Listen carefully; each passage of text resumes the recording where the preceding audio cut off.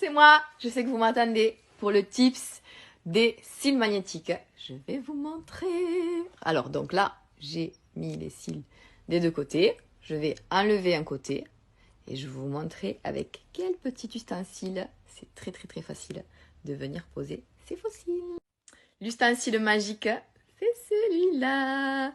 Une pince métallique spéciale fossile. Je pense que c'est même peut-être pour les fossiles magnétiques.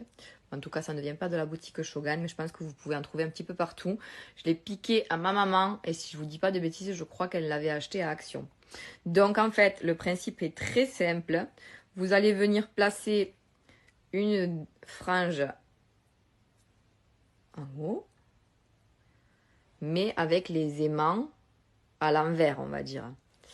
Et une frange en bas,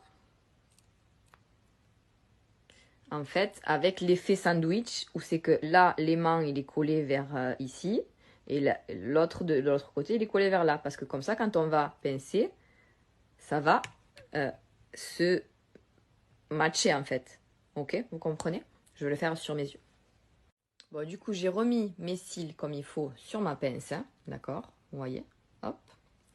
Et je n'ai qu'à venir placer ma pince au ras de mes cils. Clipser, déclipser, et c'est fait. Faux cils placés en 1 seconde. Donc après, vous les arrangez un petit peu par rapport à l'autre côté, si vous ne les avez pas mis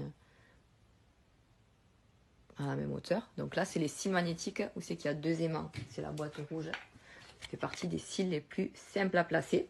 J'ai pas fait le test avec les 3 aimants, mais sincèrement, cet outil va devenir mon meilleur ami. Parce que c'est vrai que les faux cils magnétiques, il faut vraiment prendre le coup de main pour les placer. Ce qui est difficile, c'est que souvent, on va venir mettre la première frange bien au ras des cils. Mais après, comme on va venir et qu'on va un peu avoir peur de mettre la deuxième frange, on va clipser les cils pas bien au ras de cils. On va plutôt les clipser vers la moitié du cil. Et ça fait très moche parce que du coup, quand on voit par en haut ou par en bas, on voit qu'il y a un décalage et ça fait fake, c'est affreux. Pour qu'un faux cil magnétique soit joli et ne se voit pas, il faut qu'il soit vraiment au ras du cil. Et donc avec cette pince-là, c'est trop facile. Je suis happy because I'm happy. Et je sais que toutes mes copines vont l'être aussi.